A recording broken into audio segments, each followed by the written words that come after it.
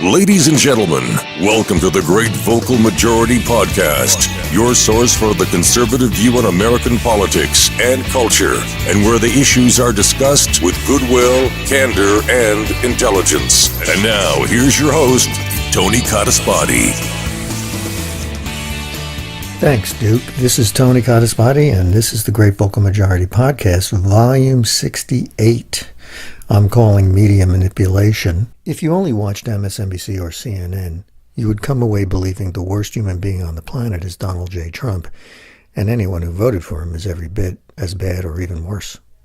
Keeping in mind, we're talking about half of the country, you'd have to think that are racist, sexist, homophobic, xenophobic bigots, half of all Americans. In other words, when Hillary Clinton said, "You could put half of Trump supporters into what I call the basket of deplorables." Right? The racist, sexist, homophobic, xenophobic, Islamophobic, you name it. well, if that kind of characterization resonated with you, you're not really tethered to reality, and here's why. The same country just elected and re-elected the first non-white president. Millions of people who voted for Obama also voted for Trump. When did they become racists? Were they racist when they voted for Obama twice? Did they become racist by voting for Trump? How does that math actually work? Is the country only post-racial when it elects a non-white Democrat? Is America doomed to never be post-racial? When non-white Democrats lose elections, is the reason always racism by default? Half of America isn't racist, nor are half of Trump supporters racist. The left, which tribalizes the country along lines of race, class, and gender, is where bigotry is primarily sourced. They're the ones balkanizing the country. Not conservatives, not Republicans, and not independents. Trump is not a militant. Demanding stricter border enforcement is not a militant idea.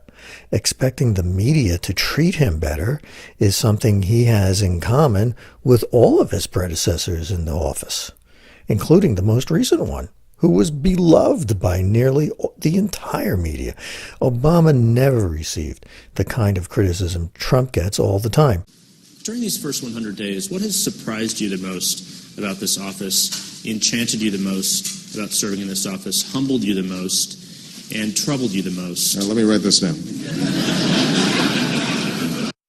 Even when Trump exercises his clearly defined constitutional duties, Trump is criticized, whereas Obama violated those constitutional guardrails regularly, and the media either whitewashed it or ignored it entirely. Presidents should expect to be criticized. Criticism, and nothing but criticism, is nothing but advocacy. What happens to a person who subjects themselves to a constant barrage of media propaganda designed to assassinate the character of President Trump? What happens when they're told every day that the president of their country is a tyrant, is a law unto himself, a dictator, just like Hitler, a racist, a sexist, a homophobe, a xenophobe, a white supremacist, a Nazi? What happens to a person when they are constantly told you must hate this president in order for you to be a good American? What happens when you are told consistently that you must confront people who differ from you politically, even physically confront them? What is the proper response of people who are convinced they need to fight a president and his followers who are, quote, just like Hitler and the Nazis, unquote? Because that is the message being sent every day, all day long on CNN and MSNBC. Now, what does all this mean? Well, among other things, it means that telling us what to think has evolved and telling us what to say. So telling us what to do can't be far behind. You know, We shouldn't use Hitler references and Nazi references and fascist references or Marxist references. When you tell people they may only talk a certain way, and then you tell them they may only think a certain way, is it any surprise that these same people will also be instructed that there is only one certain way to behave? It would have to affect your thinking. Constant repetition of the lie is how you grow to believe it. Isn't that what Joseph Goebbels told Hitler? And didn't Saul Alinsky tell all of his followers to accuse the opponent of the very thing you are doing? Well, that's happening here too. If you really and truly believed the media agitprop that Trump is a maniacal, traitorous, white supremacist dictator with genocidal impulses a la Adolf Hitler, would an extreme response to that be altogether unwarranted?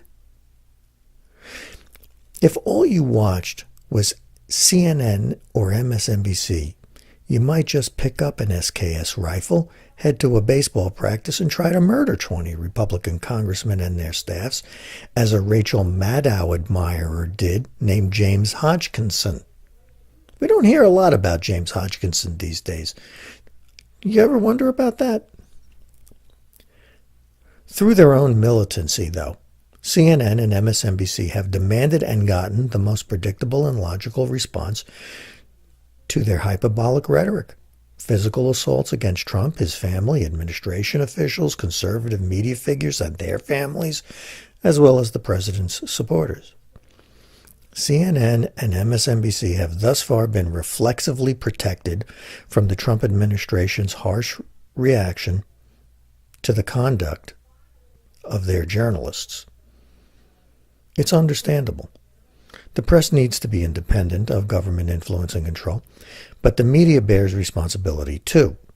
When impartiality leads to partisanship and then advocacy and ultimately militant opposition and even subversion, we are no longer talking about a news media outlet, but a political organization using the patina of a free and independent press to cloak its biases and intentions. For the Great Vocal Majority, I'm Tony Cottaspati. Thanks for listening, and please subscribe to the YouTube channel as well as the podcasts. Take care.